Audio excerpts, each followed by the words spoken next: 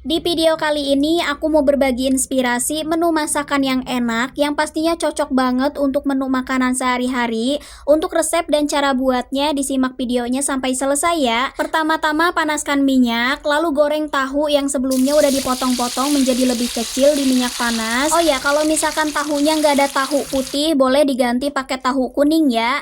Nah ini kalau misalkan tahunya udah kecoklatan seperti ini, jangan lupa dibolak-balik ya agar matangnya itu merata. Nah kalau misalkan tahunya udah matang merata kecoklatan seperti ini kita angkat aja lalu ditiriskan dulu ya agar minyaknya itu nggak terlalu banyak. Oke lanjut, kita beralih ke percobekan dulu. Untuk bumbunya haluskan cabai keriting merah. Untuk tingkat kepedasan disesuaikan aja ya. Bawang merah 4 siung, bawang putih 2 siung. Nah ini bumbunya dihaluskan aja. Kalau misalkan mau dihaluskan pakai blender bumbunya boleh banget ya. Nah kalau misalkan bumbunya udah halus seperti ini, kita sisihkan dulu bumbunya. Lalu panaskan minyak lagi. Untuk menumis bumbunya, ini minyaknya aku pakai bekas minyak yang goreng tahu tadi ya.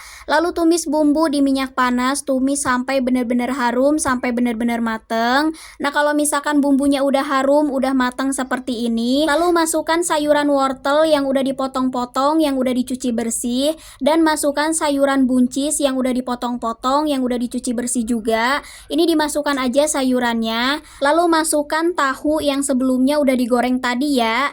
Nah ini tahunya dimasukkan aja bareng sayuran, lalu diaduk-aduk biar merata antara bumbu, tahu, dan sayurannya agar bumbunya itu lebih meresap ya. Oh ya, kalau misalkan sayurannya mau diganti pakai sayuran engkol atau sayuran toge boleh banget ya.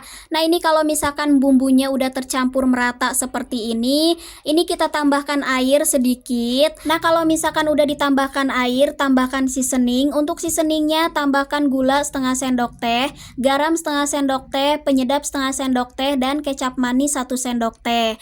Nah ini diaduk-aduk kembali agar bumbunya itu lebih merata ya, bumbunya itu lebih meresap lagi. Ini diaduk-aduk aja. Nah kalau misalkan udah tercampur merata, ini kita masak aja sampai airnya itu agak menyusut ya. Nah kalau misalkan airnya udah agak menyusut seperti ini tandanya udah mateng. Jangan lupa koreksi rasa. Kalau misalkan rasanya udah oke, udah mantep banget, tinggal matikan aja kompornya dan sajikan ke piring. Mudah banget kan cara buatnya? Yuk dicobain di rumah. Selain mudah cara buatnya, menu masakan yang satu ini tentunya sehat banget loh. Karena di dalamnya itu selain ada protein nabati, ada juga protein sayurannya ya. Kalau misalkan bunda-bunda bingung mau masak apa di rumah, nih dicobain aja resep masakan yang satu ini. Selamat mencoba, semoga berhasil ya masak-masaknya. Sampai jumpa lagi di video masak-masak selanjutnya. Assalamualaikum.